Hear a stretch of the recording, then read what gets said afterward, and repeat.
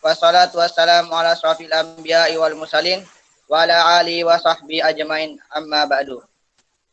Segala puji kita panjatkan kepada Allah Subhanahu wa taala atas nikmat iman dan Islam serta nikmat sehat sehingga kita bisa berkumpul pada kajian malam hari ini. Tak lupa juga salawat serta salam semoga tetap tercurahkan kepada junjungan kita, yakni Nabi kita, Nabi Muhammad sallallahu alaihi wasallam. Pada malam hari ini, saya Heri Ebriansa Zaini sebagai moderator yang mana akan memandu kajian malam ini. Sebelum kita memulai kajian ini, kita buka dengan bacaan Bismillahirrahmanirrahim. Bismillahirrahmanirrahim. Selanjutnya, masuki acara selanjutnya yaitu penyampaian materi yang akan dibawakan oleh Bapak Dian Wahana Putra, MPDI. Kami persilahkan. Saya kira ada sambutan-sambutan ketua komisariat. Ya, nggak apa-apa. Assalamualaikum warahmatullahi wabarakatuh. Waalaikumsalam warahmatullahi wabarakatuh. Alhamdulillah, wassalatu wassalamu ala rasulillah, nabiyina Muhammad wa ala alihi wa sahbihi wa mawala. Allahumma salli ala Muhammad wa ala alihi wa sahbihi ajma'in wa ba'du. Yang kami hormati segenap pimpinan Komisariat Ikatan Mahasiswa Muhammadiyah, Komisariat Thariq bin Ziyad, moderator yang dalam hal ini berkedudukan juga sebagai Kabid Tabligh IMM Komisariat TBZ, Imawan Heri, beserta seluruh peserta kajian jamaah Google Meet yang dirahmati Allah. Syukur alhamdulillah, marilah kita panjatkan keharibaan ilahi Rabbi, Zat yang telah menganugerahkan kepada kita kemerdekaan bangsa Indonesia ini. Kalimat ini tertera di dalam preambul atau mukodimah anggaran dasar Muhammadiyah. Dengan rahmat ya Allah yang Maha Kuasa. Nah, para kader yang dirahmati Allah, bulan ini kita masih berposisi di bulan Agustus tahun 2021. Artinya 74 tahun silam, 76 tahun silam, yakni Agustus 1945, bangsa Indonesia melalui Insinyur Soekarno telah memproklamirkan kemerdekaan Indonesia. Tepatnya pada 17 Agustus 1945. Nah, di seputar kemerdekaan itu terdapat satu peran yang tidak bisa kita tinggalkan, terutama bagi kita kader Ikatan Mahasiswa Muhammadiyah, agar tidak lupa untuk sekedar mengingat kembali peran tokoh Muhammadiyah dalam perjuangan kemerdekaan Indonesia. Nah, di balik kemerdekaan Indonesia itu tentu kita tidak boleh melupakan figur yang turut serta berperan di balik kemerdekaan Indonesia. Tentu terdapat banyak tokoh-tokoh Muslim dan tentu juga terdapat banyak tokoh-tokoh Muhammadiyah. Oleh karena itu saya mengapresiasi kepada pimpinan Komisariat Thariq bin Ziyad, dalam hal ini adalah bidang tabligh, yang kajian pada malam hari ini mengkhususkan pada tema sejarah. Nah, oleh karena itu saya mohon izin bahwa sesungguhnya saya memiliki satu gagasan, di mana gagasan saya itu belum saya sampaikan kepada pimpinan Komisariat TBZ, khususnya yang mengundang saya, Imawan Heri. Apa gagasan saya? Pada malam hari ini sesungguhnya saya ngisi materi itu nanti tidak sendiri. saya akan dibantu menyampaikan materi secara panel dengan Ketua Korkom IMM UNED yang saya undang atas gagasan saya sendiri. Ada beberapa alasan selain beliau berkedudukan sebagai Ketua Korkom UNED. Yang pertama, tentu secara kelembagaan, ini akan membangun satu sinergi yang kuat antar komisariat, bahkan antar komisariat di antar perguruan tinggi. Lalu yang kedua, kebetulan Ketua Korkom IMM UNED itu berkedudukan sebagai mahasiswa program studi pendidikan sejarah. Sehingga apabila kita membincangkan tema sebagaimana yang diminta oleh panitia kajian pada malam hari ini, sangat beralasan dan sangat berkorelasi. Jadi nanti Mas Imawan Wildani, Ketua Korkom IMM UNED dan sekaligus juga konsentrasi keilmuannya pada pendidikan sejarah, akan mengulas dari kesejarahan, mulai dari tokoh-tokoh persyarikatan Muhammadiyah yang berperan pra-kemerdekaan hingga pasca kemerdekaan. Itu nanti di termin kedua yang akan dibahas oleh Mas Wildani. Sementara di termin yang pertama ini, saya akan berbicara tentang peran tokoh Muhammadiyah dalam perjuangan kemerdekaan Indonesia, khususnya dari faktor dakwah serta pendidikan. Mengapa dakwah ini penting? Karena ini platform yang tidak bisa ditinggalkan dari tupoksi, tugas pokok dan fungsi bidang tablik yang sebagai penyelenggara kajian malam hari ini. Kemudian yang kedua, kami juga akan mengungkap dari sisi pendidikan, karena menurut saya nilai-nilai edukasi yang ditanamkan oleh para tokoh Muhammadiyah yang berperan pada saat kemerdekaan itu penting untuk kita pelajari sebagai sebuah ibrah pelajaran. Nah, itu. Jadi nanti saya mohon izin Ketua Komisariat Imawati Andita dan Imawan Heri Kabid Tablik untuk berpartner secara panel dengan Ketua Korkom IMM UNED. Baik, yang pertama saya akan mengulas. Ada tokoh Muhammadiyah, yakni Kiai Mas Mansur. Nah, Kiai Mas Mansur ini juga pernah berpengalaman sebagai Ketua PB Muhammadiyah. Namanya belum pimpinan pusat Muhammadiyah, tetapi pengurus besar Muhammadiyah. Kiai Mas Mansur. Apa perannya di seputar perjuangan kemerdekaan Indonesia? Ternyata Kiai Mas Mansur yang Ketua PB Muhammadiyah itu pernah berpartner dengan Insinyur Soekarno, Muhammad Hatta, dan Ki Hajar Dewantoro yang terkenal dengan istilah 4 serangkai. Jadi tokoh 4 serangkai, 4 orang, yakni Mas Mansur, Insinyur Soekarno, lalu kemudian Dr. Andes Muhammad Hatta, dan Ki Hajar Dewantoro. Nah, 4 serangkai itu yang turut serta menyusun usaha persiapan kemerdekaan Indonesia. Jadi 4 serangkai itu menjadi panitia kecil untuk menyusun upaya-upaya atau usaha persiapan kemerdekaan Indonesia. Nah, bangsa Indonesia yang kemerdekaannya diproklamirkan pada 17 Agustus 1945 itu tentu sebelumnya itu ya dilakukan beberapa persiapan-persiapan. Jadi ini adalah panitia persiapan kemerdekaan Indonesia. Itu ternyata 4 serangkai, ada satu tokoh yang tidak bisa kita lupakan dari faktor nilai persyarikatan, yakni Kiai Mas Mansur.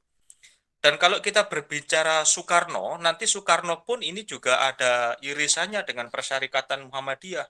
Karena Soekarno presiden kita pertama itu adalah pengurus Majelis Pendidikan Muhammadiyah Bengkulu pada saat Bung Karno diasingkan di Bengkulu dulu itu ya. Nah, itu beliau menjadi anggota Muhammadiyah dan menjadi pengurus serta tidak tanggung-tanggung kepengurusannya adalah Ketua Majelis Pendidikan. Kalau sekarang ya Ketua Majelis Dikdasmen lah, pendidikan dasar dan menengah. Jadi 4 serangkai, Dua di antaranya, yakni Kiai Mas Mansur dan Insinyur Soekarno, itu dari Muhammadiyah. Ini kan satu peran yang luar biasa. Lalu kemudian yang kedua, menurut Pak Haidar Nasir dalam beberapa kolom tulisannya, kalau kita baca itu, yang paling menginspirasi juga bagi Muhammadiyah pada seputar perjuangan kemerdekaan Indonesia adalah Jenderal Sudirman. Di buku-buku sejarah yang kita baca, Jenderal Sudirman itu disebut sebagai Bapak TNI, ya, pendiri Angkatan Bersenjata Republik Indonesia. Tetapi jarang sekali yang menyebutkan bahwa Jenderal Sudirman itu adalah tokoh Muhammadiyah.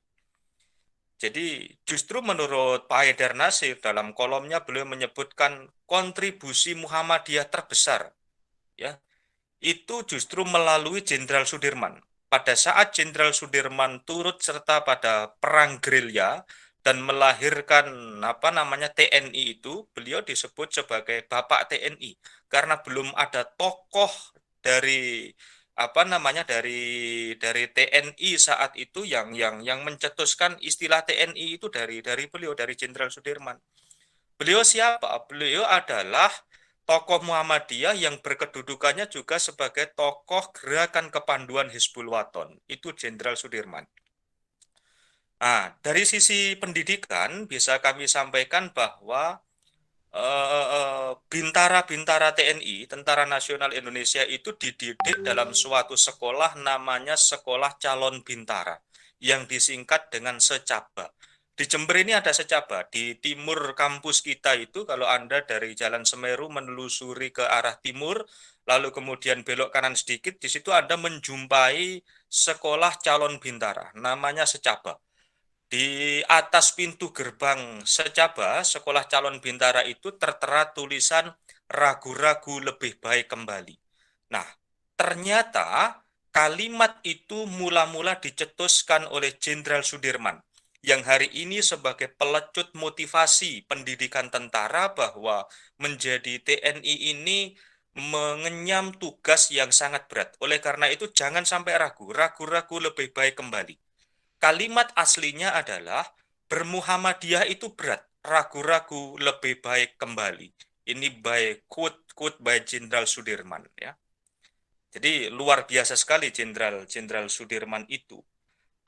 Bahkan Profesor Muhammad Hamka, ya, Profesor Hamka Haji Abdul Malik Karim Amrullah, yang juga tokoh Muhammadiyah dan penulis tafsir Al-Azhar itu menulis sebuah buku yang berjudul Doktrin Islam yang Menimbulkan Kemerdekaan dan Keberanian. Hari ini di tangan saya ada sebuah buku yang ditulis oleh Profesor Hamka Haji Abdul Malik Karim Amrullah. Judulnya adalah Doktrin Islam yang Menimbulkan Kemerdekaan dan Keberanian.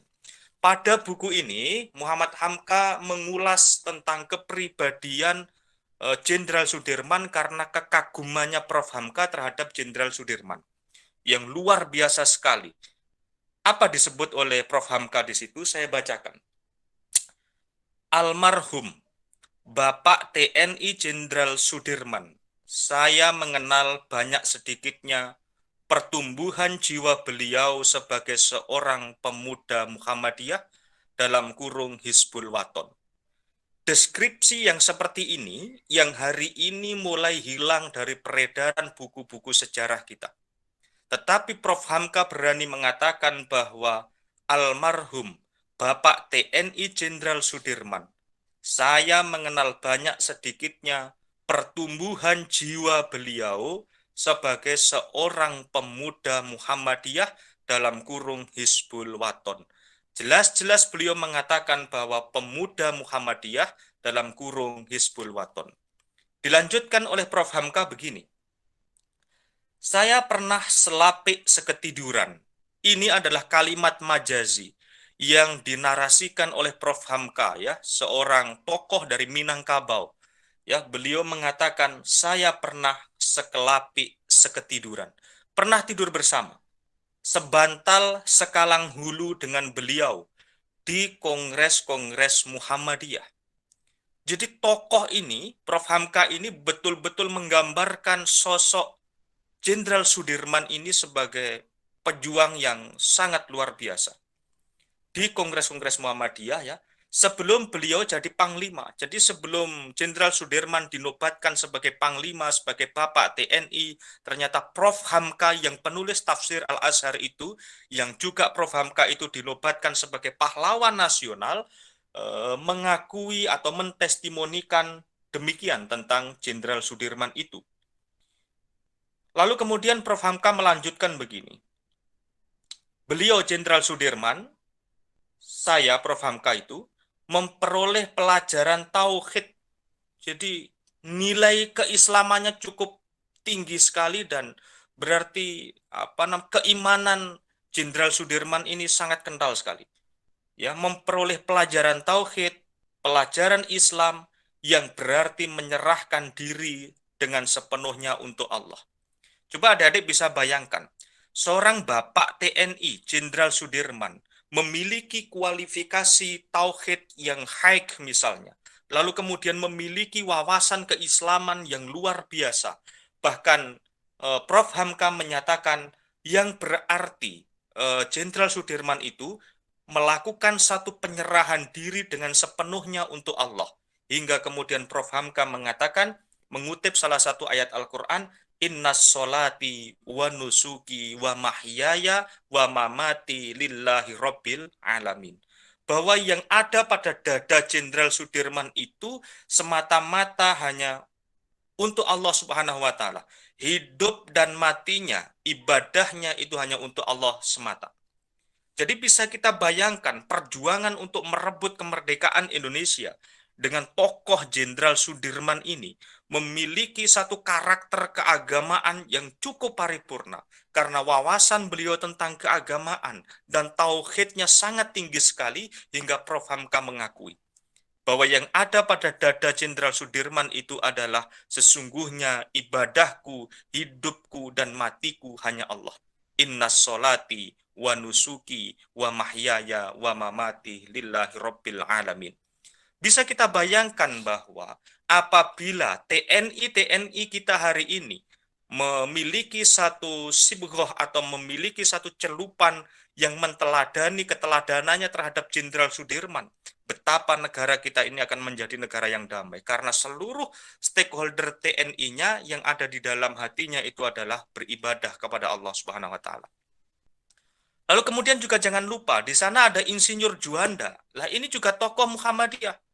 Adik-adik bisa mempelajari bahwa begitu pentingnya dan begitu sangat menentukannya Insinyur Juanda itu dalam penentuan seluruh wilayah kepulauan Indonesia melalui Deklarasi Juanda tahun 1957.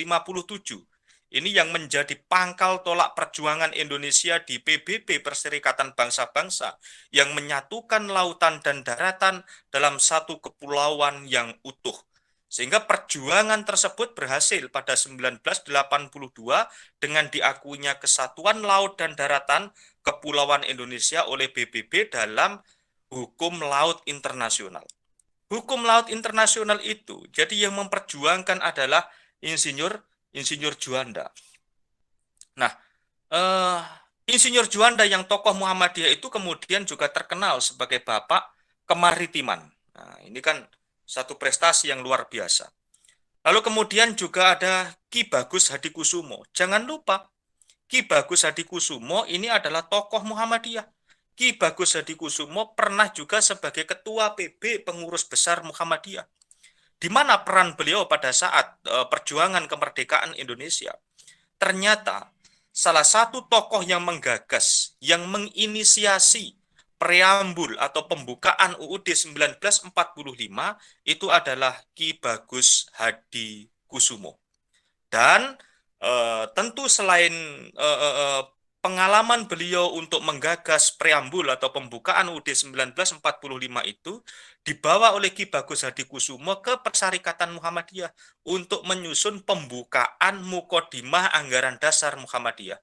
Pada saat saya memberikan materi peneguhan ideologi Muhammadiyah di pesantren Tahfidzul Quran Al-Fanani, Imawan Heri sebagai salah satu santri saya yang ada di situ, saya sampaikan bahwa salah satu peran Ki Bagus Hadikusumo di dalam penyusunan Muqaddimah Anggaran Dasar Muhammadiyah, karena Ki Bagus Hadikusumo berpengalaman dalam menyusun Muqaddimah pembukaan UUD 1945.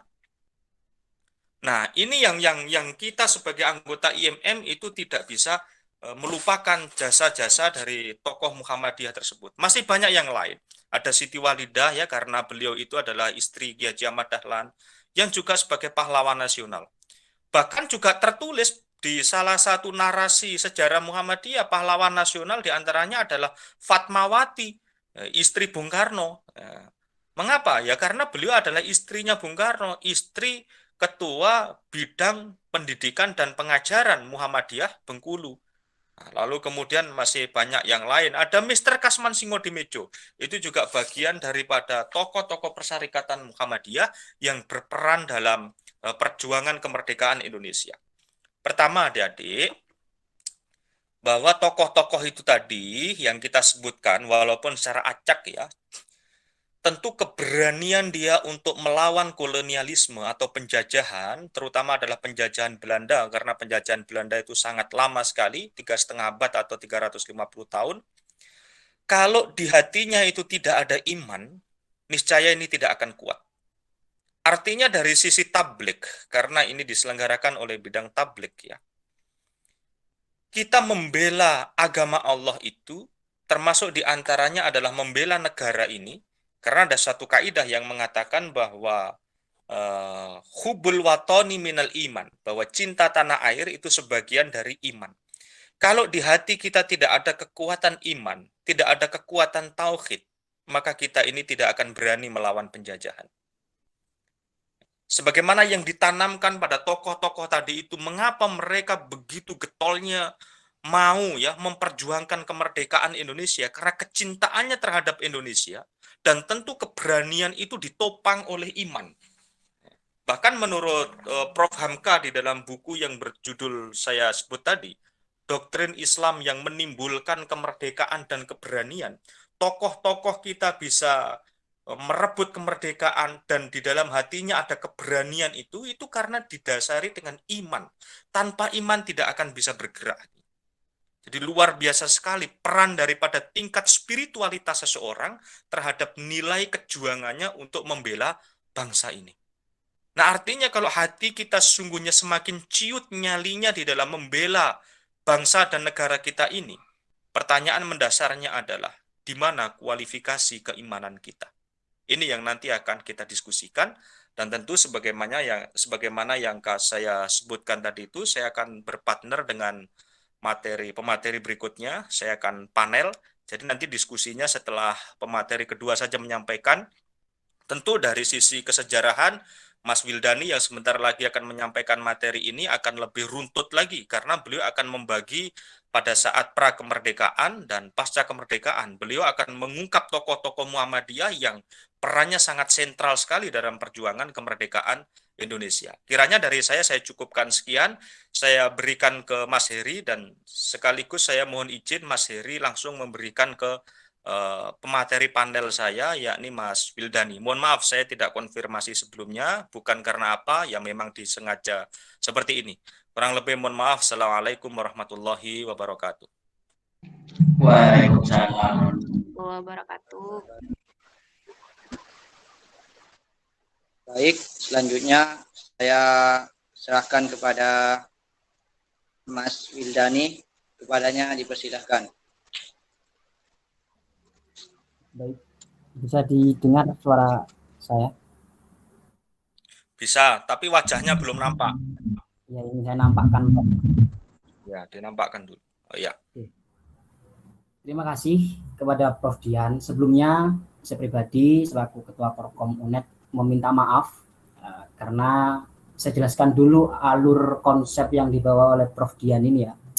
Kemarin memang sempat bertemu dengan terkait dengan pembahasan, diundang oleh kawan-kawan Komisariat TBZ, yaitu membahas tentang tokoh-tokoh Muhammadiyah di masa kemerdekaan. Nah, beliau mempunyai ide untuk bertukar pikir dengan saya terkait dengan materi ini. Cuman Hari ini saya minta izin kepada kawan-kawan TBZ, kalau diperbolehkan nanti akan menjelaskan beberapa tokoh dan nanti saya akan membagi tokoh-tokoh perjuangan dari Muhammadiyah di pra kemerdekaan dan nanti tokoh-tokoh perjuangan Muhammadiyah setelah kemerdekaan.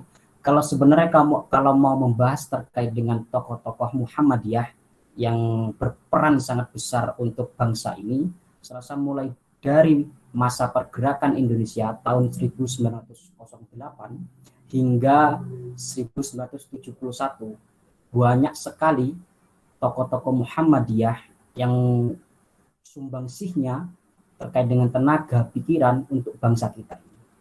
Akan tetapi karena ini skop temporal atau pembahasannya mulai dari pra kemerdekaan, sehingga kita perlu sedikit mengenal tokoh-tokoh Muhammadiyah yang berperan penting dan sudah mendapatkan gelar pahlawan nasional. Kalau kawan-kawan bisa melihat Instagramnya milik Muhammadiyah, itu sudah dirilis bahwasannya ada beberapa tokoh Muhammadiyah yang sudah mendapat gelar pahlawan nasional. Yang tidak lepas, yang pertama adalah Kiai Haji Ahmad Dahlan, beliau selaku pendiri Muhammadiyah. Ada Siti Walidah, istri beliau, Fatmawati Soekarno Putri yang sempat disinggung oleh Prof. Dian, Insinyur Soekarno, Jenderal Sudirman yang saya rasa bukan kajian umum lagi bahwasanya beliau adalah tentara jenderal besar Indonesia dan sedikit yang paham bahwasannya Jenderal Sudirman adalah kader Muhammadiyah. Ada lagi Insinyur Juanda yang beliau tadi Prof. Dian sudah jabarkan bahwasanya ada nanti kesepakatan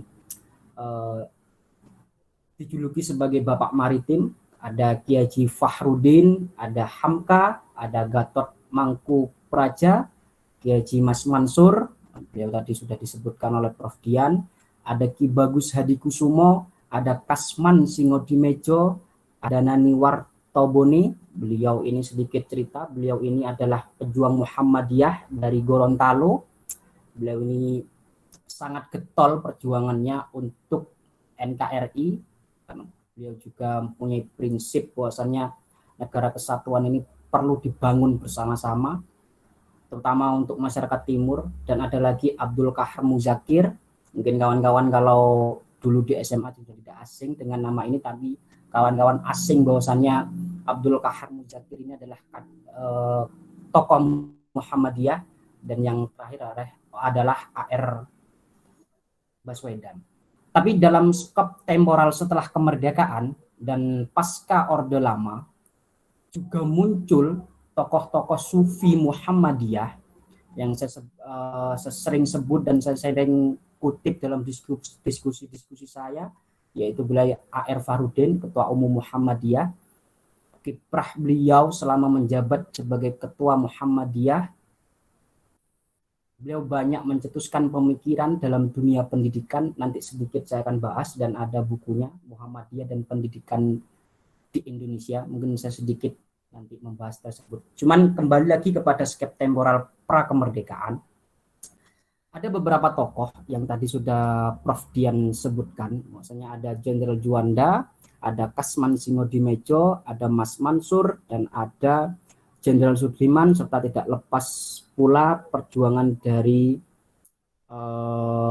Ki Bagus Hadikusumo. Indonesia merdeka tahun 1945 tidak lepas dari yang namanya politik-politik yang dilakukan oleh tokoh-tokoh perjuangan kemerdekaan, terutama tokoh-tokoh dari Muhammadiyah. Mulai dari bagaimana pembentukan persiapan kemerdekaan, semua tokoh-tokoh Muhammadiyah itu ikut terlibat di dalamnya. Kalau saya sebutkan BPUPKI, pembentukan BPUPKI, itu ada 4 serangka yang disebutkan oleh Prof. Dian tadi. Salah satu dari Muhammadiyah ada Mas Mansur, terus ada Ki Bagus Hadikusumo. Nah, beliau ini adalah dari Muhammadiyah, ada Insinyur Soekarno, beliau dari Muhammadiyah, yang memang dalam pembentukan BPUPKI ini adalah pembentukan dari Jepang, yang memang dahulu Jepang memang secara penjajahan kita perlu memahami istilah kalau Belanda dulu itu disebutnya adalah menjajah Indonesia. Kenapa disebut dengan menjajah Indonesia? Karena Belanda atau Hindia Belanda pada waktu itu menjajah kita secara skep temporal atau waktu itu cukup lama, sehingga disebut dengan penjajahan, dan menguras semua sumber daya alam kita, sumber daya manusia kita, sehingga dalam waktu yang panjang itu kita sebut dalam istilahnya penjajahan. Nah, kalau masuknya Jepang tahun 1942, nah ini hanya sekedar istilah. Kenapa Jepang hadir di Indonesia itu tidak disebut dengan menjajah, tapi dalam buku-buku di SMA atau buku-buku sejarah Jepang itu disebutkan bahwasannya Jepang menduduki Indonesia. Kata menduduki itu istilahnya kan sebentar. Nah, Jepang itu menduduki Indonesia hanya mulai dari tahun 1942 hingga 1945. Akan tetapi pengaruhnya begitu besar bagi rakyat Indonesia. Nah, sehingga dalam waktu 1942 sampai 1945 Jepang banyak menginisiasi dan memberikan sedikit, istilahnya adalah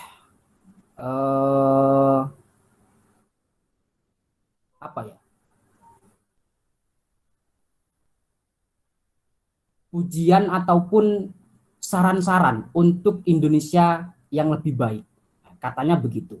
Nah, sehingga karena janji-janji yang diberikan untuk lebih memperbaiki rakyat Indonesia pada waktu itu, nah sehingga terbentuklah pada waktu itu karena Insinyur Soekarno, terus Mas Mansur itu dekat dengan Jepang, sehingga diberikan janji-janji akan kemerdekaan Indonesia yang lebih baik, sehingga terbentuklah BPUPKI. Nah, pada waktu itu karena sudah terbentuk dan banyak narasi-narasi yang dibangun dalam teks BPUPKI, barulah dibentuk yang namanya Tim 9 yang disebut dengan PPKI, Panitia Persiapan Kemerdekaan Indonesia. Nah, salah satu panitia kemerdekaan Indonesia yaitu Ki Bagus Hadikusumo dan Kasman Singodimedjo. Nah, beliau adalah tokoh Muhammadiyah yang berperan besar dalam merumuskan Muqaddimah Anggaran Dasar Indonesia pada waktu, atau Muqaddimah Undang-Undang Dasar negara kita. Nah, ada yang sedikit menarik bagi kita semua, bahwasannya Ikatan Mahasiswa Muhammadiyah itu, kalau saya bandingkan dengan kawan-kawan ormek yang lain, secara sentral tokoh ada yang dianut. Kalau kawan-kawan GMNI itu lebih kepada Soekarnois, ada tokoh yang dianut. Gerakan-gerakan tidak jauh dari pemikiran Soekarno. Ada kawan-kawan LMND lebih kepada kekiri-kirian. Ada Tan Malaka yang mereka tarik pemikirannya untuk gerakan mereka, dan banyak lagi. Nah, IMM ini sampai detik ini saya belum menemukan gerakan-gerakan yang diawali dari konsep inisiatif dari tokoh-tokoh Muhammadiyah yang sebenarnya kalau kita tarik banyak pemikiran-pemikiran tokoh Muhammadiyah, perjuangan tokoh Muhammadiyah yang bisa kita tiru. Kalau saya sebutkan hari ini adalah Ki Bagus Hadikusumo. Beliau itu adalah konseptor ulung yang disebutkan oleh Prof. Dian tadi, konseptor ulung untuk merumuskan Muqaddimah Undang-Undang Dasar 45. Dalam sejarahnya, kalau teman-teman masih ingat bahwasannya dulu ketika merumuskan Muqaddimah Undang-Undang Dasar 1945, nah beliau ini sempat kekeh memperjuangkan anak kalimat. Dan ini punya latar belakang. Nah, sebelum kemerdekaan ada yang namanya ideologi yang sudah masif di Indonesia. Nanti saya tarik, ada ideologi besar yang masif di Indonesia. Kalau teman-teman mau membaca Indonesia dalam arus sejarah, di sini dibahas. Yang pertama, Indonesia itu ada 3 ideologi yang berpengaruh dalam masyarakat. Yang pertama adalah ideologi pan-islamisme atau ideologi Islam. Banyak yang menganut terkait dengan ideologi ini, terutama Muhammadiyah, NU, Persis, dan lain sebagainya. Ada ideologi nasionalis, nanti muncul partai PNI, Indisi Partit, dan lain sebagainya. Yang terakhir adalah ideologi sosialis.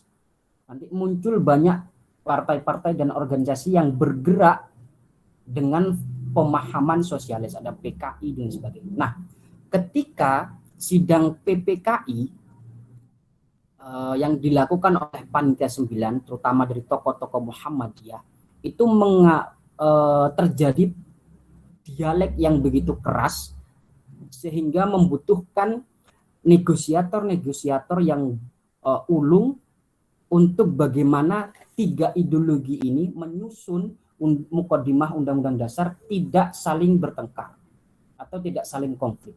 Nah, salah satu tokoh yang punya prinsip religius tentang mempertahankan kedaulatan Islam adalah Ki Bagus Hadikusumo. Nah, beliau itu mencetuskan satu poin dalam Undang-Undang Dasar kita Pancasila, yaitu terkait dengan negara berdasarkan atas ketuhanan dengan kewajiban menjalankan syariat Islam bagi pemeluknya. Nah, kalimat ini menjadi suatu konsepsi yang sangat rumit untuk diputuskan bersama pada waktu itu. Karena apa? Panitia 9 tidak hanya orang-orang yang berhaulan ideologi Islam saja yang di dalamnya. Ada Soekarnois yang memang nasional, berideologi nasional, ada orang-orang kiri juga atau sosialis yang berada di dalamnya. Nah, sehingga timbul pertentangan terkait dengan satu poin kalimat tersebut. Nah, siapa yang berperan penting sehingga hari ini kita menikmati proses yang begitu besar terkait dengan ketuhanan yang Maha Esa? Nah, Soekarno tidak hilang akal karena yang paling dekat dengan Ki Bagus Hadikusumo yang kekeh untuk mempertahankan negara berdasarkan atas ketuhanan dengan kewajiban menjalankan syariat Islam, ini adalah yang paling dekat dengan Ki Bagus Hadikusumo adalah Kasman Singodimedjo. Nah, sehingga agar tidak terjadi konflik yang berkepanjangan terkait dengan perumusan mukadimah Undang-Undang Dasar, akhirnya dengan negosiator ulungnya Kasman Singodimedjo, beliau disebut dengan inisiator ulung, nah, sehingga kedekatan emosional mereka dan kelegoan Ki Bagus Hadikusumo sehingga dihapuslah 7 anak kalimat tersebut, dan akhirnya disepakati bahwasannya kalimat pertama, poin pertama adalah ketuhanan yang Maha Esa. Nah, dari sini kita bisa pelajari dan kita bisa ambil hikmahnya. Dari 3 ideologi besar yang ada pada waktu itu di Indonesia, kelegoan yang diberikan atau yang dipunyai oleh tokoh-tokoh Muhammadiyah kita itu perlu kita contoh bersama. Kalau umpama Ki Bagus Hadikusumo itu mempunyai pemikiran yang moderat atau kelegoan untuk negara kita, mungkin panitia PPKI itu tidak akan selesai dan negara ini akan sulit untuk bersatu menjadi NKRI. Nah, itu salah satu perjuangan dari tokoh-tokoh kita. Tidak lepas dan tidak boleh kita lupakan. Nah, itu pra kemerdekaan. Jadi ada Ki Bagus Hadikusumo, ada Kasman Singodimedjo, ada Mas Mansur, dan ada Insinyur Soekarno. Nah, di sini saya sebutkan ada Insinyur Soekarno. Nah, tadi sudah sedikit dibahas oleh Prof. Dian.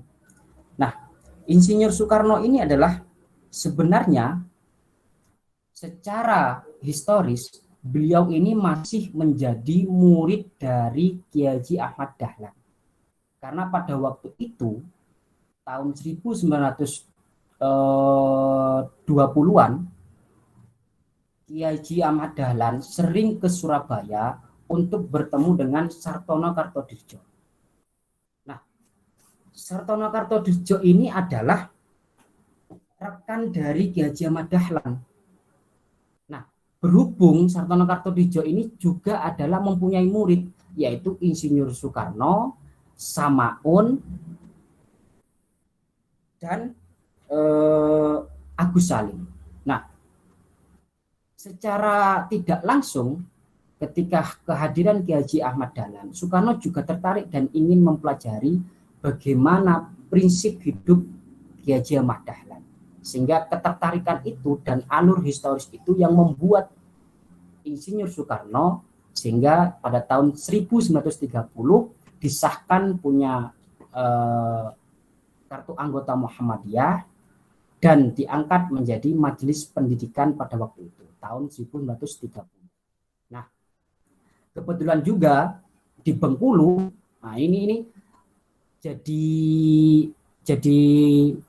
beliau menjadi pengurus Majelis Pendidikan itu di Bengkulu ya, bukan di nasional, tapi lebih di Bengkulu. Karena pada waktu itu pengasingannya beliau di sana, jadi pengasingan beliau oleh Belanda ditaruh di sana, sehingga dalam proses pengasingannya beliau lebih kenal Muhammadiyah dan nanti menjadi anggota Muhammadiyah. Dan di sana juga bertemu dengan istri pertama beliau yaitu Fatmawati selaku kader Aisyah dan anak tokoh dari Muhammadiyah Bengkulu.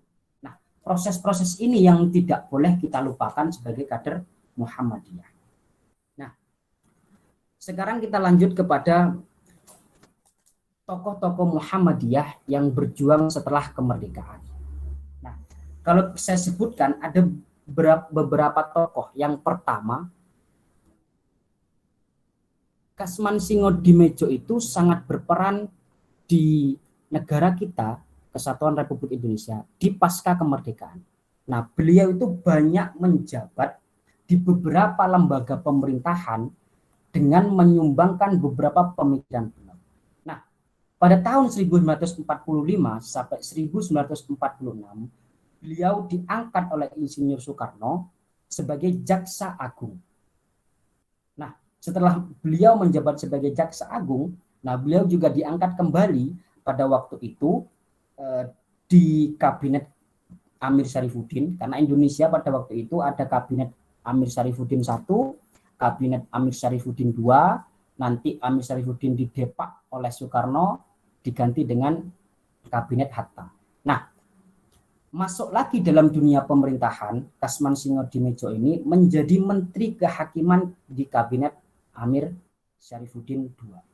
Nah, beliau terus berproses dan berkiprah di pemerintahan hingga pernah juga menjadi Ketua KNIP atau hari ini kalau disebut kawan-kawan tidak asing yaitu DPR. Nah, beliau juga pernah menjadi Ketua KNIP. Nah, tahun 1947. Nah, Ki Bagus Hadi Kasman Singodimedjo ini saya sebut juga sebagai negosiator ulung. Karena apa? Karena beliau sudah berhasil melunakkan hati Ki Bagus Hadikusumo untuk merelakan dan membatalkan serta menghapus 7 anak kalimat terkait dengan perumusan Undang-Undang Dasar 1945. Umpama pada waktu itu tidak ada Kasman Singodimedjo, pasti tidak akan konflik yang terjadi di PPKI itu tidak akan selesai karena benturan 3 ideologi besar yang saya sebutkan tadi. Nah, itu yang perlu kita pahamkan bersama-sama, meskipun tidak semua perlu kita bahas. Nah, ada lagi yang perlu kita bahas, tadi juga sudah kita singgung oleh Prof. Dian, yang terakhir yaitu Jenderal Sudirman. Nah, tadi juga disebutkan bahwasannya ada secaba, terus Prof. Dian yang, tapi saya akan lebih meruntutkan bagaimana alur dan proses Jenderal Sudirman itu menjadi jenderal besar Tentara Nasional Indonesia. Nah, beliau itu sebenarnya secara latar belakang tidak mempunyai bukan dari angkatan bersenjata bentukan dari Belanda. Beliau itu hanya seorang guru pada waktu itu di SD Muhammadiyah. Nah, di Cilacap. Nah, beliau hanya seorang guru. Akan tetapi karena beliau itu sering negosiasi dengan tentara-tentara dan politikus Jepang pada waktu itu, konfliknya adalah ketika SD Muhammadiyah itu Cilacap mau dibongkar atau mau dirobohkan dan ditutup. Nah, peran Jenderal Sudirman ini begitu besar ketika menjadi guru. Nah, dari negosiasi yang dilakukan oleh Jenderal Soekarno, nah beliau ini berhasil untuk menggagalkan agar SD Muhammadiyah Cilacap tidak ditutup. Nah, dari situ ketertarikan Jepang kepada Jenderal Sudirman. Akhirnya setelah itu diangkatlah menjadi komandan pasukan peta, tentara bentukan dari Jepang. Karena apa? Secara fisik memang tidak ada mental TNI, tapi karena pemikiran yang bagus serta seorang negosiator yang ulung, nah perlu Jepang untuk merekrut orang-orang pribumi seperti Jenderal Sudirman ini. Nah, sehingga diangkatlah beliau menjadi komandan pada waktu itu, yaitu bentukan Jepang kalau saya sebut dengan tentara peta, atau kalau Jepangnya itu Shusanikai. Nah, karir Jenderal Sudirman sudah dimulai dari sini. Nah, karir di peta saya sebutkan adalah jadi komandan batalion Kroya di Banyumas. Nah, pada waktu itu setelah menjadi komandan, nah Jepang kalah Perang Dunia Kedua di Pearl Harbor pada waktu itu dengan sekutu, sehingga nanti tentara peta ini diubah oleh Insinyur Soekarno dan para politikus-politikus yang lain menjadi TKR, Tentara Keamanan Rakyat Indonesia. Nah, pada waktu sehingga nanti beliau ini Jenderal Sudirman menjadi komandan TKR. Dan dirubah lagi dari TKR menjadi BKR, Badan Keamanan Rakyat. Nah, sehingga terus karirnya berlanjut menjadi komandan TKR dan BKR, sehingga nanti dari letnan, kolonel, jenderal sampai jenderal besar, sehingga nanti dirubahlah menjadi Tentara Nasional Indonesia. Nah, proses-proses ini yang perlu kita pelajari. Kenapa Jenderal Sudirman itu sampai bisa menjadi jenderal besar? Ya karena secara historis beliau itu dilirik oleh Jepang dengan kemampuan negosiatornya yang ulung, sehingga bisa menggagalkan untuk dibongkarnya SD Muhammadiyah Cilacap pada waktu itu. Nah, sedikit kita menyelami pemikiran-pemikiran para tokoh. Ikatan Mahasiswa Muhammadiyah ini terkadang melupakan konsepsi-konsepsi pemikiran tokoh Muhammadiyah. Nah, kalau kita tarik yang pertama tadi ada Ki Bagus Hadikusumo yang secara pemikirannya beliau adalah konseptor ulung. Nah, kita tidak pernah mempelajari beliau. Bagaimana kita mencetak kader yang mempunyai konsep terulung. Kalau kita tarik dari Jenderal Sudirman, beliau adalah tokoh negosiator yang ulung. Apakah kita tidak pernah terinspirasi untuk mencetak kader IMM yang punya bakat di negosiator? Dan kita ada juga Insinyur Soekarno, seorang kader Muhammadiyah yang punya konsep orasi yang begitu menggelegar. Bagaimana narasi-narasi beliau bisa didengar di seluruh dunia, dan banyak-banyak tokoh yang lain yang mungkin kita bisa menyelami konsep-konsep yang pernah beliau terapkan semasa hidupnya. Nah, tidak lepas dari dunia pendidikan kita sendiri. Pasca kemerdekaan itu ada yang namanya A.R. Fahrudin. Nah, beliau itu ketua Muhammadiyah yang jarang kita bahas dalam dunia diskusi kemahasiswaan. Nah, beliau itu salah satu pencetus, meskipun beliau bukan pahlawan nasional, tapi sumbangsih pemikiran untuk pendidikan begitu besar. Nah, kalau kita mau membaca tentang Muhammadiyah dan Pendidikan Nasional Indonesia tahun 1971, beliau pernah dan berhasil membuat undang-undang pendidikan nasional Indonesia yang dari sebelum tahun 71 itu lembaga-lembaga swasta yang bergerak di keagamaan seperti MI, Muhammadiyah, MINU dan sebagainya dan pondok-pondok pesantren tidak diakui secara legalitas oleh pemerintah Indonesia. Dengan revisi Undang-Undang Pendidikan Nasional dan disahkan tahun 71 berkat dari kedekatan A.R. Fahrudin dan kecerdasan Pak beliau sehingga disahkanlah UU PN tahun 71 tentang legalitas pesantren dan sekolah-sekolah swasta yang bergerak dan berbasis keagamaan.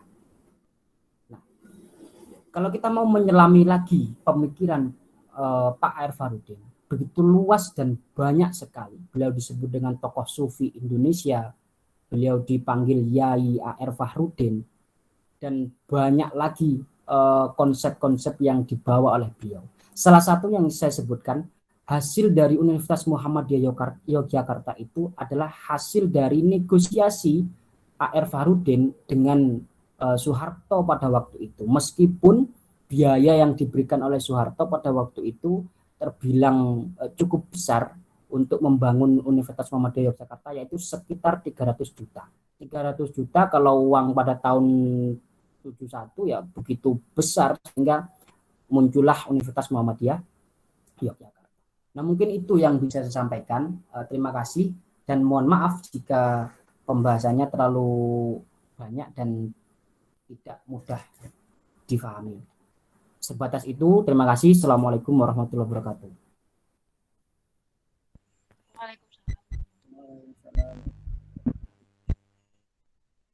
Waalaikumsalam warahmatullahi. Waalaikumsalam warahmatullahi wabarakatuh.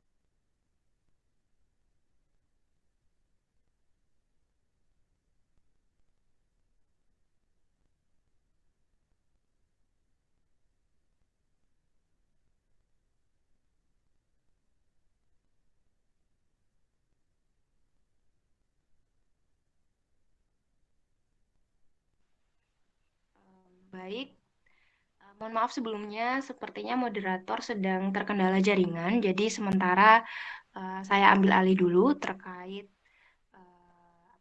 memoderatori kajian pada malam hari ini. Baik, langsung saja saya terima kasih banyak kepada Pak Dian dan juga sudah hadir Heri, gimana sudah bisa bergabung?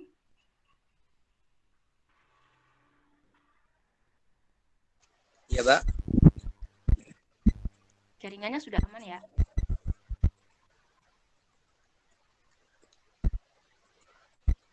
Bisa dilanjut, Her. Silahkan. Baik, karena penyampaian materi dari Bapak Dian dan Mas Wildan sudah selesai, maka dari kami akan membuka sesi pertanyaan. Mungkin dari teman-teman ada yang ingin bertanya, monggo dipersilahkan.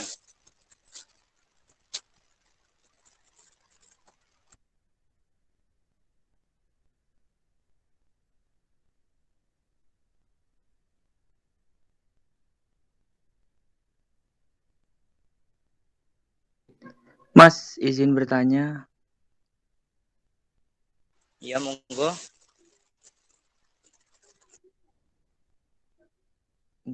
Perkenalkan, nama saya Bimaria Putranto, asal Komisariat Engineering. Nah, di sini saya ingin menanyakan mengenai tentang semangat kemerdekaan untuk kemuhammadiyaan ini. Nah, dalam implementasi pergerakan ini, bagaimana kita mengaktualisasi semangat kemerdekaan dalam kaderisasi Muhammadiyah? Terima kasih.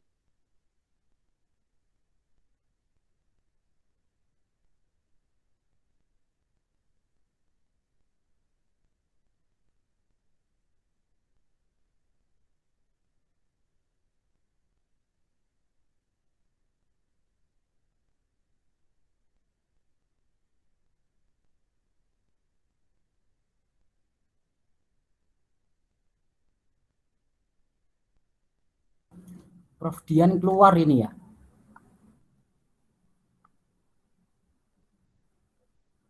Monggo Kakanda Wildani mungkin ingin menjawab. Seharusnya Prof Dian ini yang menjawab. Beliaunya malah keluar dari forum ya apa juga. Saya hanya menjawab sebisa saya. Gimana tadi Bimo pertanyaannya? Nah, untuk Mas, kita kan lagi membahas tentang semangat kemerdekaan dalam segi kemuhammadiyaan. Nah, untuk implementasi semangat kemerdekaan ini dalam aktualisasi kaderisasi itu bagaimana, Mas, kira-kira? Apakah dengan kultural itu bisa kita menanamkan semangat kaderisasi di situ, apa bagaimana, Mas? Terkait dengan kaderisasi IMM hari ini, saya rasa tadi yang saya sebutkan bahwasannya kita melupakan yang namanya eksistensi konsepsi terkait dengan tokoh-tokoh Muhammadiyah. Dalam Darul Arkom Dasar, pembahasan materi-materi yang disampaikan oleh pemateri terkait dengan kemuhammadiyahan semuanya menyentuh terkait dengan historis Muhammadiyah, konsep Muhammadiyah, dan pemikiran-pemikiran Muhammadiyah. Tapi tidak pernah menyentuh bagaimana proses-proses yang dilakukan oleh tokoh-tokoh Muhammadiyah pada waktu itu. Nah, kalau hari ini saya sedikit menjelaskan, kawan-kawan GMN itu punya asas konsepsi yang dibangun oleh kader-kadernya ketika PKPT. Saya lupa sebut kaderisasinya. Nah, ketika adik-adik GMNI itu diklat di awal seperti adik kita itu, mereka dicekoki dengan bagaimana pemikiran-pemikiran Insinyur Soekarno. Bagaimana ideologi nasionalis perlu dibangun di hati masing-masing kader. Nah, yang menjadi kekurangan kita adalah kita melupakan bagaimana proses Ki Haji Ahmad Dahlan, proses Ki Bagus Hadikusumo, proses Kasman Sinodimejo, proses A.R. Farudin dan tokoh-tokoh lain Muhammadiyah untuk memperjuangkan Muhammadiyah serta bagaimana ideologi Muhammadiyah tetap ada dan hadir di hati mereka. Nah, secara konsep adalah perlu diperbaiki dan perlu ada narasi yang besar di dalam IMM untuk bagaimana kita terfokus mengangkat gerakan-gerakan tokoh Muhammadiyah, tapi bukan lagi berbicara tentang historis Muhammadiyah. Tapi bagaimana proses memperjuangkan Muhammadiyah, seperti apa konsepnya. Kalau saya sebutkan Nyai Walidah, konsep yang ditawarkan Nyai Walidah pada waktu itu adalah dunia pendidikan. Bagaimana kemandirian wanita sebagai istri. Nah, konsep itu kan tidak pernah kita pelajari. Gimana sih menjadi perempuan yang seutuhnya? Bagaimana sih kita menjadi seorang guru, seorang pendidik sesuai dengan Muhammadiyah dan tercantum ideologi Muhammadiyah untuk mengabdi di bangsa kita. Nah, kalau tarik lagi HMI, mereka punya tokoh sentral, saya lupa namanya. Kalau HMI ada yang namanya Gus Durian, PMI ada Gus Durian. Mereka tidak lepas dari konsep Gus Dur, konsep Ki Haji Hasyim Asy'ari. Nah, saya rasa hari ini IMM secara diskusi itu masih general dan umum, belum menyentuh terkait dengan pemikiran tokoh-tokoh Muhammadiyah. Dan saya rasa untuk bagaimana menyelami kader untuk lebih tentang Muhammadiyah, yaitu lebih mengsentralkan gerakan pemikiran-pemikiran tokoh-tokoh Muhammadiyah dan lebih mengenalkan siapa-siapa tokoh Muhammadiyah. Mungkin itu Bimo yang bisa saya jawab. Mohon maaf kalau belum bisa terjawab semua. Apa boleh disambung, Mas, pertanyaannya, Mas? Oh, Mas, boleh. Jadi untuk kaderisasi sekarang dalam IMM ini masih ada yang kurang berarti ya, Mas? Nah, untuk solusinya kira-kira seperti apa lebih baiknya ke depannya? Juga saya sendiri masih kader baru kan. Jadi bisa nanti saya implementasikan ke depannya seperti apa. Nah, kalau mau membahas terkait dengan implementasi, runtutannya ini kita sharing-sharing saja ya. Runtutannya begini. Kawan-kawan, ketika pramuscap itu pernah nggak kita bekali dengan dasar-dasar terlebih dahulu apa Muhammadiyah, apa IMM, dan apa Al-Islam? Saya rasa belum maksimal terkait dengan itu. Nah, yang kedua, ketika Darul Arkom dasar kita mulai dan kita terapkan kepada kader baru kita, apakah pernah diskusi-diskusi secara paralel Muhammadiyah dikenalkan secara utuh? Apakah kita sibuk hanya dengan di persidangan ketika Darul Arkom dasar? Ya, tapi kita tidak pernah menyentuh substansi bagaimana materi pokok itu hanyut dan difahami oleh kader-kader kita. Apakah ketika selesai DAD ada follow up selama 6 bulan kita pernah membahas terkait dengan bagaimana konsepsi Muhammadiyah secara menyeluruh? Saya rasa belum diterapkan begitu jauh oleh kawan-kawan komunisat, terutama semua komunisat, termasuk saya. Apakah kita pernah berpikir setelah follow up materi apa? Ini yang perlu kita diskusi bersama. Kita perlu diskusi terkait dengan kader autentik. Saya sering diskusi bahwasanya gerakan perkomisariat itu perlu grand design baru dan grand design tersendiri. Kalau saya mau diskusi dengan kawan-kawan TBZ, materi yang perlu difahamkan adalah materi kemuhammadiyahan, materi al-Islam, dan ke-IMM-an. Ini menjadi materi pokok dan harus sudah difahamkan bersama. Tapi ada materi penunjang untuk membuat ciri khas setiap komisariat. Nah, karena TBZ ini adalah fakultas keguruan, grand design yang dibangun adalah grand design bagaimana menjadi pendidik yang baik, aktivis pendidik yang baik, humanitasnya bagaimana kemasyarakatan. Ketika saya menjadi kader engineering, saya akan humanitasnya akan lebih kepada produktivitas prestasi, menciptakan alat-alat baru ataupun bagaimanapun, yang penting tidak keluar dari kader autentik setiap komisariat. Ketika saya jadi kader Prof Hamka, saya akan sedikit membuat kader-kader Prof Hamka itu menjadi pendakwah ulung, konseptor ulung, yang fokusnya adalah kereligiusitasan. Dan sebenarnya kalau kita mau diskusi itu dan mau kita saling menghargai satu sama lain, nah, kader autentik itu, atau saya sebut kader autentik tadi, itu akan bisa kita terapkan masing-masing dan punya ciri khas setiap komisariat. Gerakan mahasiswa TBZ ternyata fokusnya ke menjadi pendidik yang baik, menjadi pendidik. Terus engineering juga membuat bagaimana masyarakat desa yang tertinggal mempunyai alat yang bisa menunjang kehidupan mereka, dari air ataupun terus kawan-kawan agrobistek pertanian mungkin menciptakan hal-hal yang baru terkait dengan penyelamatan lingkungan atau advokasi dan sebagainya. Nah, ini nih perlu kita diskusi bersama terkait dengan itu. Saya rasa itu, Bimo, jawaban dari saya. Terima kasih.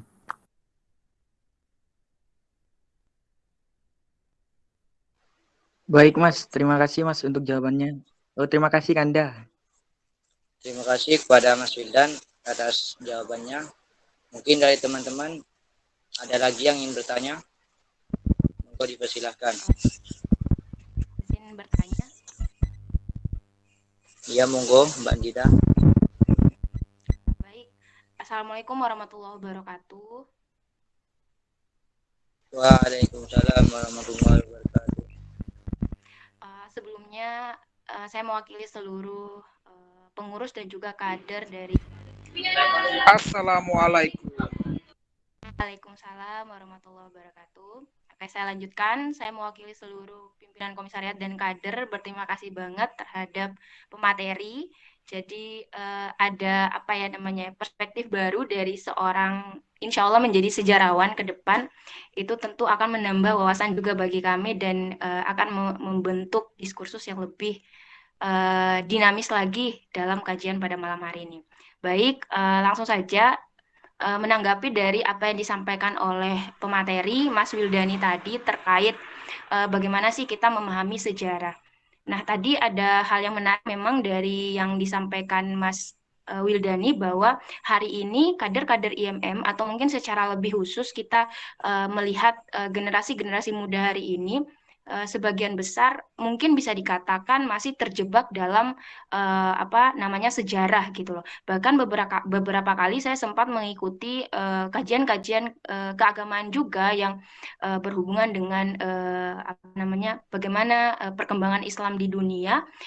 Itu dilihat dari anak-anak mudanya hari ini itu sangat terjebak dengan sejarah sehingga desain pergerakan dan juga desain thinking ke depan mesti bergerak seperti apa itu sangat kurang.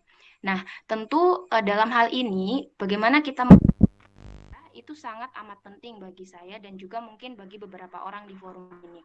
Sehingga saya rasa perlu sekiranya mungkin dari sini kami dari jurusan pendidikan dan juga dari engineering dan lain sebagainya mungkin masih belum memahami bagaimana sih sudut pandang atau kacamata seseorang ketika mempelajari sejarah. Nah, mungkin pada kesempatan kali ini mumpung Mas Wildani di sini sebagai pemateri mungkin bisa menyampaikan tentang gimana sih cara pandang atau kacamata kita sebagai seseorang yang mempelajari sejarah dengan sudut pandang yang baik agar kita tidak berlarut-larut dalam sejarah, tetapi kita mampu mengkonstruksi atau mentransformasikan itu dalam bentuk design thinking, pergerakan, agar ke depan sejarah itu tidak hanya sebatas kita baca saja, tetapi benar-benar mampu kita transformasikan dalam pergerakan kita. Mungkin itu pertanyaan saya menanggapi dari yang dijawab oleh Mas Wildani tadi. Terima kasih. Baik, ada Mas Andi juga yang hadir ini. Selamat datang, Kanda. Kalau kita diskusi penting. Oke, Mas Andi gimana?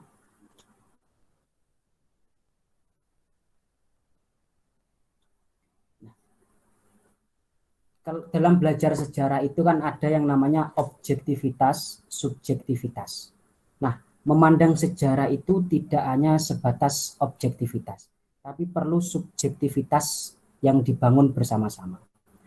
Nah, kalau saya contohkan bahwasannya pada Gestapo atau G30 SPKI, nah kan itu banyak terkait dengan teori-teori yang hari ini kita pelajari. Dan sudut pandang siapa yang salah, siapa yang benar. Terkait dengan, ini contoh saja, terkait dengan gerakan G30 SPKI atau Gestapo. Nah, kita sebagai mahasiswa bijaksana dalam menanggapi dan belajar terkait dengan G30S itu adalah tidak hanya berpikiran dari sudut pandang satu teori. Karena banyak teori-teori konspirasi yang dibangun terkait dengan tragedi G30 SPKI. Nah, perlu menambah wawasan terkait dengan pengetahuan kita, bagaimana sih sudut pandang Delian Nur, sudut pandang Orde Baru, sudut pandang Orde Lama, sudut pandang tokoh-tokoh dari luar Indonesia terkait dengan sikap gerakan G30 SPKI tersebut.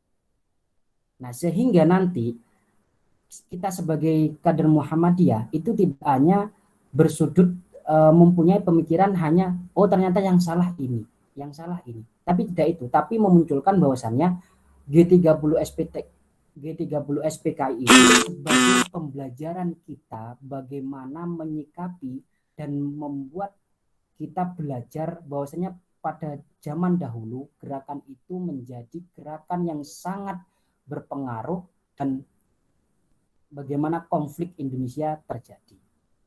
Nah, kembali lagi, tadi kan saya menyebutkan ketika Bimo bertanya, kita melupakan bagaimana gerakan IMM ini ke depan. Nah, kita tidak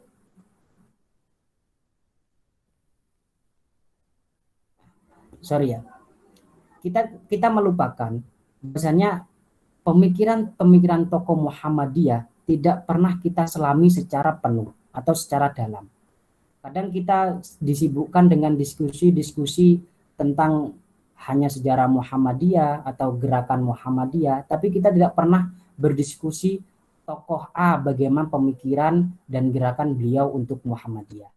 Bagaimana Kiai Haji Mas Mansur sumbangsihnya untuk negara, pemikiran konkretnya untuk Muhammadiyah bagaimana. Sehingga ketika kita mau berdiskusi tokoh-tokoh Muhammadiyah, kita bisa mengambil bagaimana beliau-beliau berproses dahulu pada waktu itu. Nah, mungkin itu Andita yang bisa saya jawab. Sehingga nanti diskusinya adalah lebih kepada mencontoh peranan-peranan dan kita bisa aktualisasikan di gerakan IMM ini. Sehingga fokusnya tidak melebar ataupun hanya konsep Muhammadiyah secara besar, tapi bagaimana Muhammadiyah itu dikonsep oleh tokoh-tokoh Muhammadiyah dan kita bisa mengambil hikmah dari konsep-konsep beliau itu. Terima kasih.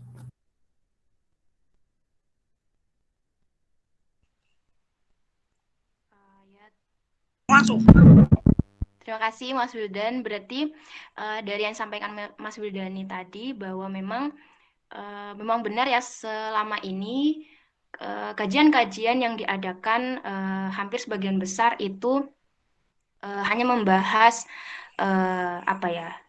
dari segi cover atau mungkin hanya beberapa bagian saja yang diangkat sehingga itu juga menyulitkan kita untuk bagaimana bisa transformasikan atau mengkonstruk kembali pikiran-pikiran tersebut dalam desain pergerakan kita ke depan.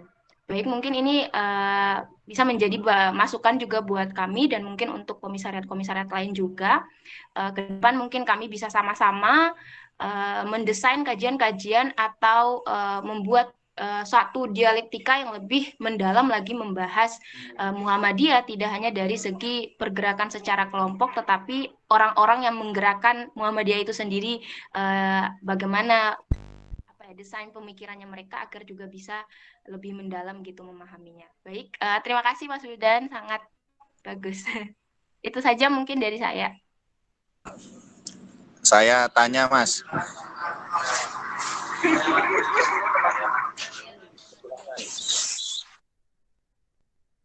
Kanda, saya tanya. Sudah mulai rusuh sepertinya. Beneran saya tanya.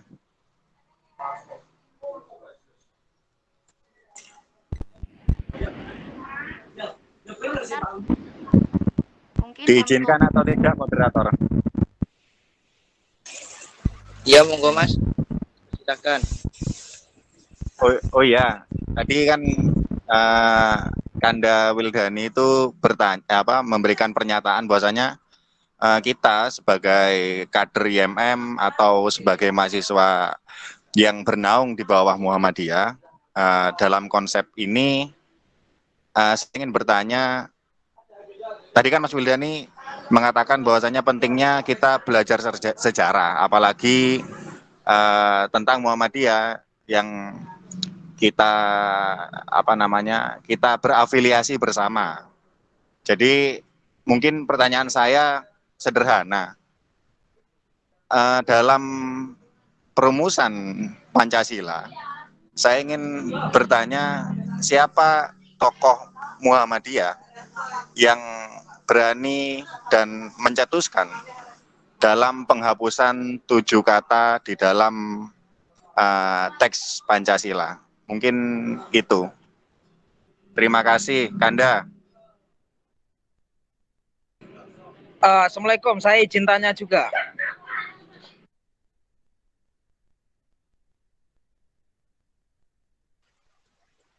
Sebentar, dijawab dulu pertanyaan dari Mas yang awal tadi.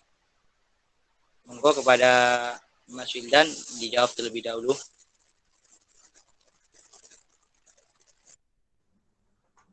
Oke, pertanyaannya ini yang bertanya Mas Brian ya. Beliau adalah pimpinan di cabang. Gitu. Temis ini Mas Brian. Pertanyaan Mas Brian tadi sudah dijabarkan di materi awal yang Brian sampaikan dan saya sampaikan, bahwasannya Ki Bagus Hadikusumo itu tidak hanya menghapus tapi juga yang mencetuskan kalimat terkait dengan negara berdasar atas ketuhanan dengan kewajiban menjalankan syariat Islam bagi pemeluknya.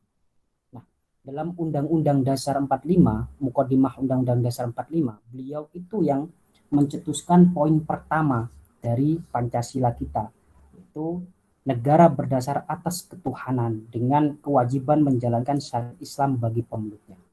Akan tetapi pada sidang PPKI yang dijalankan pada waktu itu memang banyak pertentangan yang terjadi karena 7 anak kalimat yang disarankan atau dicetuskan oleh Ki Bagus Hadikusumo.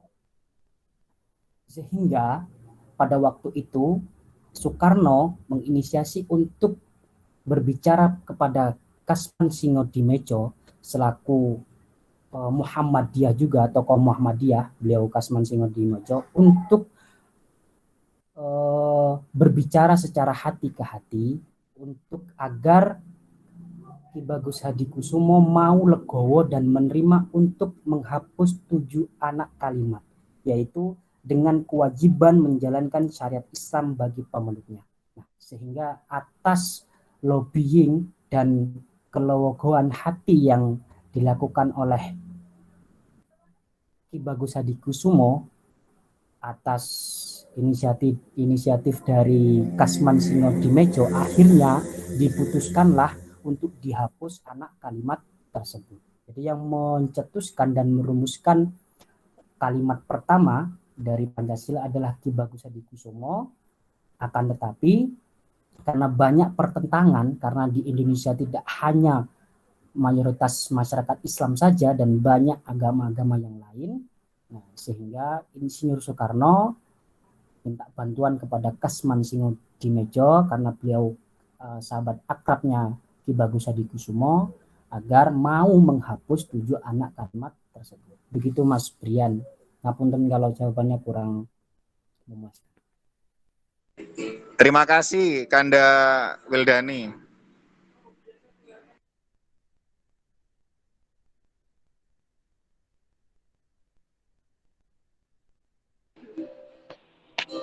Saya boleh bertanya?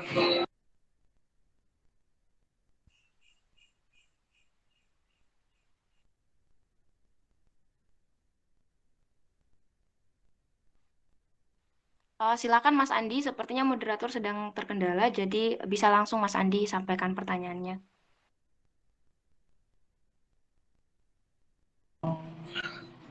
Pertama, saya mengucapkan terima kasih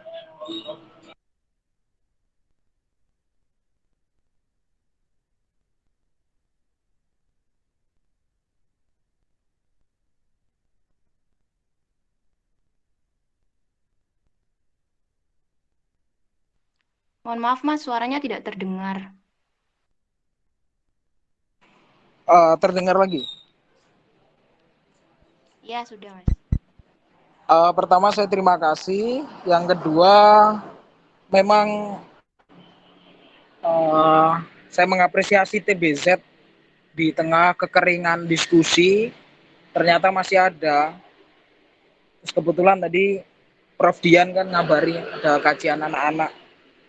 Karena memang TBZ ini adalah komisariat kebanggaan Prof Dian selain Prof Hamka yang baru aja berdiri kan. Untuk menambah nuansa keilmuannya, pertama saya ingin memberikan pandangan terkait beberapa hal jawaban Mas Wildani tadi. Pandangannya sederhana bahwa memang IMM dicetak sebagai kader yang intelektual. Intelektual yang dimaksud di IMM dan Muhammadiyah adalah intelektual yang berbasis data dan berbasis kepada keilmiahan, begitu. Maka orientasi pembelajaran apapun harus berbasis sesuatu yang bersifat konkret, telah dapat dibuktikan, begitu-begitu. Dan saya sangat sedih apabila IMM Jember tidak berkutat di wilayah itu, dan TBZ sepertinya malam ini sudah menyemai apa yang mulai kering gitu. Pertanyaan saya bukan pertanyaan tapi lebih kepada sharing session, karena kalau bertanya mungkin nanti terkesan gimana, tapi saya ingin sharing session. Nanti yang menjawab bisa Mas Wildani atau Mbak Andita ya, karena besok Rabu juga saya ketemu di TBZ kan. Gini, pertanyaannya adalah begini. Bagaimana seorang kader menghargai Muhammadiyah dalam perspektif sejarah? Itu satu. Kedua, bagaimana kader IMM menghargai apa itu yang disebut ilmu dan adab dalam kehidupan berorganisasi? Dua poin itu bagaimana? Saya ingin tahu pandangan IMM karena saya sudah lama tidak bersentuhan, dan untuk saat ini memang saya tidak ingin bersentuhan kepada IMM secara struktural kecuali komisariat. Kalau struktural yang lain saya tidak mau. Itu bagaimana adab kita tentang kesejarahan Muhammadiyah dalam organisasi IMM, dan bagaimana keadaban kita tentang itu tadi, keilmuan dan adab berorganisasi. Terima kasih.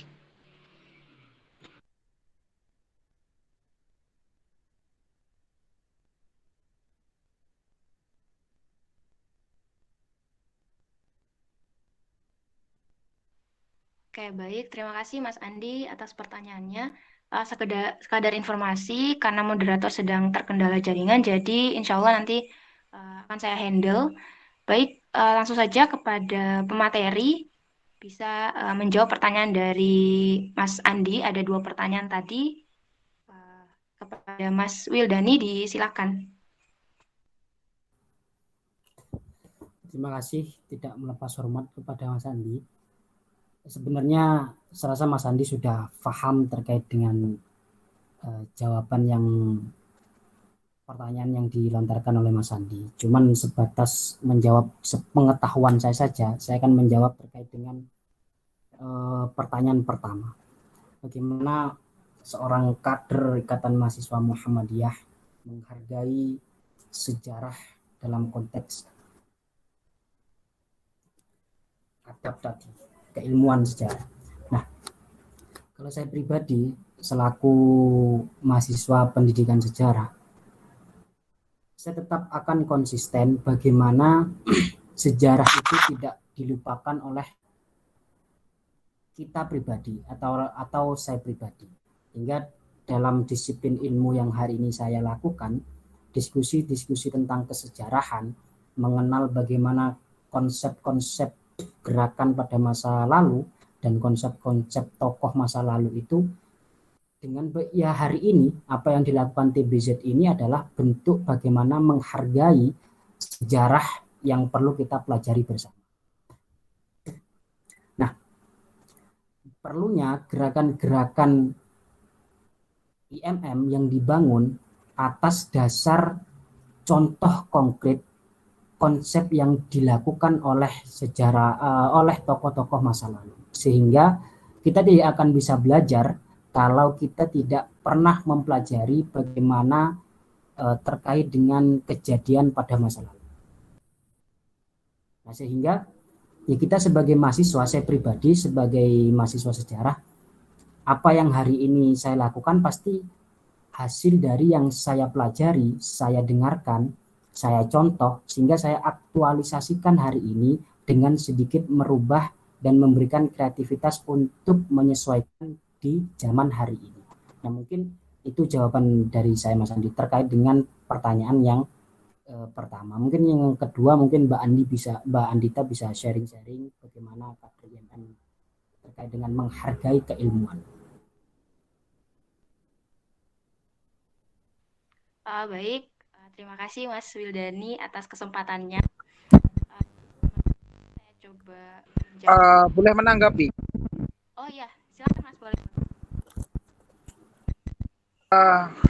Tanggapan saya adalah, pertama, saya kembali lagi mengapresiasi TBZ di tengah keringnya diskusi yang baik, diskusi yang berbasis data, dan diskusi yang ilmiah. Dan saya sangat mengapresiasi Paul, pokok seneng ya, karena kan jarang gitu.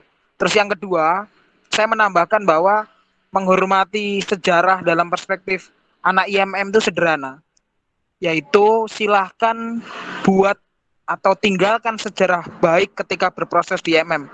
Sejarah baik saat mengelola organisasi, sejarah baik ketika berhubungan dengan orang, sejarah baik ketika diberi amanah. Ketika Anda cacat sekali di dalam mengurus organisasi, maka cacat selamanya penilaian orang terhadap Anda. Terima kasih. Assalamualaikum warahmatullahi wabarakatuh. Waalaikumsalam warahmatullahi wabarakatuh. Terima kasih Mas Andi. Baik, tadi karena memang dari Mas Wildani selaku pemateri sudah mengamanahkan untuk saya menambahkan. Tentu apa yang disampaikan Mas Andi tadi itu sebagai bentuk memantik kita semua di tengah kondisi yang memang sedang krisis ini, bagaimana kita sebagai kader IMM atau secara umum sebagai mahasiswa mungkin bisa melihat itu tidak sebagai suatu bentuk pasrah terhadap keadaan, tetapi bagaimana kita bisa menciptakan lingkungan-lingkungan diskusi agar bisa lebih aktif lagi untuk memacu kita dalam pergerakan nantinya kita di dalam Ikatan Mahasiswa Muhammadiyah. Baik, ini mungkin untuk menambahi sedikit ya, berbicara tentang bagaimana adab dan ilmu dalam berorganisasi. Tentu dua hal ini tidak bisa dipisahkan ya. Sudah banyak sekali kajian-kajian dan juga teori-teori yang bahas keduanya, bahwa keduanya ini tidak bisa dipisahkan. Kalau misal teman-teman atau mas-mas dan juga adik-adik kader mungkin kalau ingin menambah wawasan bisa dibaca buku dari, kalau tidak salah itu mungkin kalau misal saya salah bisa dikoreksi, itu dari penulisnya kalau tidak salah Ibrahim Al-Usman, kalau tidak salah, itu membahas adab seorang penuntut ilmu. Nah, itu banyak sekali poin-poin yang bisa dipelajari, ada kurang lebih sekitar 12 sampai 15 poin bagaimana sih adab seorang penuntut ilmu. Baik pra dia menuntut ilmu, saat proses dia menuntut ilmu maupun pasca dia sudah berilmu gitu. Meskipun memang dalam dunia ini ilmu itu tidak ada batasan. Ya, terima kasih banyak. Terima kasih kembali.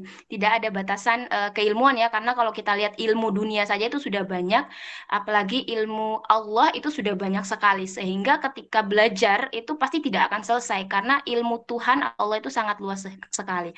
Sehingga kalau kita berbicara adab penuntut ilmu, ketika dia menuntut ilmu bahkan sampai pada tahap aktualisasi atau implementasi ilmu-ilmunya tersebut itu banyak sekali dibahas, nanti bisa dicek dalam buku tersebut. Adab seorang penuntut ilmu itu bisa banyak sekali, baik dari niat awalnya bagaimana, kemudian proses dia menuntut ilmu bagaimana, kemudian bagaimana sih seorang penuntut ilmu atau seorang yang menuntut ilmu itu harus tetap rendah hati, harus tetap menghargai orang yang sedang berbicara, harus tetap melihat ilmu itu dari sudut pandang yang banyak, tidak hanya melihat dari kacamata dia sendiri, itu banyak sekali. Sehingga tentu kedua hal ini tidak bisa dipisahkan. Lalu bagaimana relevansinya terhadap organisasi? Karena kita di sini kader IMM itu kita sangat menjunjung tinggi 3 kompetensi dasar, salah satunya intelektualitas, maka tidak hanya proses kita dalam mencari ilmu saja yang kita harus perhatikan, tetapi bagaimana implementasi keilmuan tersebut. Dalam kajian-kajian hari ini, misal kita lihat banyak misal yang kritis dan lain sebagainya, tetapi itu tidak boleh kita jadikan sebagai sesuatu yang menghambat kita dalam proses mencari ilmu, tapi itu justru menjadi penguji untuk diri kita sendiri, bagaimana akhirnya ilmu yang kita peroleh itu bisa diuji gitu loh di forum-forum ini, sehingga sudut pandang yang kita terima itu tidak hanya dari kacamata kita saja, banyak sekali perspektif lain, sehingga ilmu kita itu bisa lebih kredibel gitu, tidak hanya berdasarkan kacamata kita saja. Sehingga mungkin dari segi implementasi seringnya kita mengadakan diskursus yang seperti ini, seringnya kita mengadakan kajian, seringnya kita diskusi ringan tentang buku, jurnal, dan lain sebagainya. Saya rasa itu sangat amat menunjukkan bagaimana implementasi keilmuan dan bagaimana adab kita dalam berilmu. Tentu implementasinya juga harus sesuai, kita tidak boleh menjadi kader yang sombong, yang mungkin sudah memiliki sedikit ilmu, terus merasa yang lebih baik dibanding yang lain. Kemudian kita juga harus menghormati senior-senior yang mereka lebih dulu tahu dibanding kita, sehingga belajar banyak dari mereka semua. Itu mungkin jawaban dari saya. Mohon maaf jika ada kesalahan. Terima kasih. Wassalamualaikum warahmatullahi wabarakatuh. Terima kasih Andita. Ini loh Mas Dian sama aku.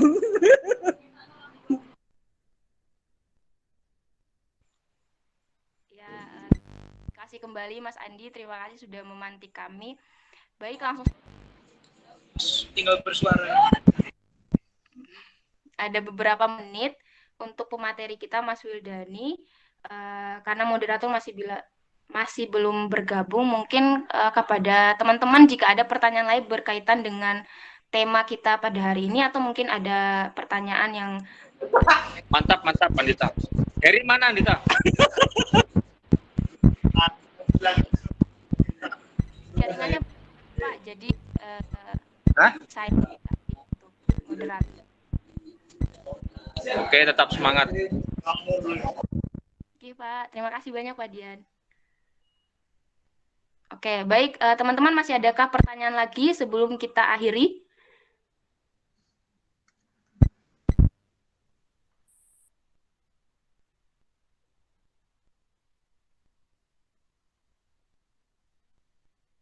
Oke, baik, sepertinya sudah tidak ada karena waktu juga sudah menunjukkan hampir pukul 9. Jadi kita akan akhiri. Untuk teman-teman atau adik-adik kader yang mungkin ingin bertanya, bisa nanti sharing-sharing juga sama Mas Wildani, insya Allah diizinkan.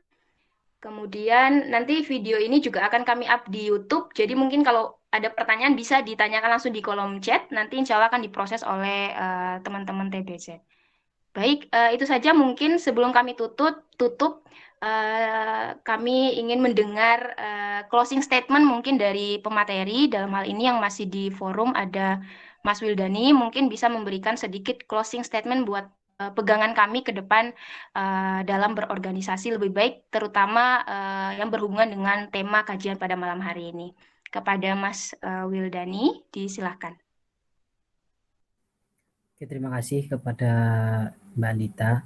Mungkin sedikit yang bisa saya sampaikan, tetap gerakan IMM ini jangan sampai lepas dari alurnya, yaitu tentang trilogi intelektual, humanis, dan religius. Jangan sampai keluar dari konsep 3 tersebut, dan tetap bagaimana kawan-kawan komisaris ini mempunyai ciri khas grand design tersendiri sesuai dengan gerakan fakultas masing-masing, sehingga nanti ke depannya kawan-kawan TBZ ini punya, setelah keluar dari IMM, tidak hanya dicetak menjadi kader Muhammadiyah, tapi punya profesi yang sesuai dengan jurusan yang ditempuh hari.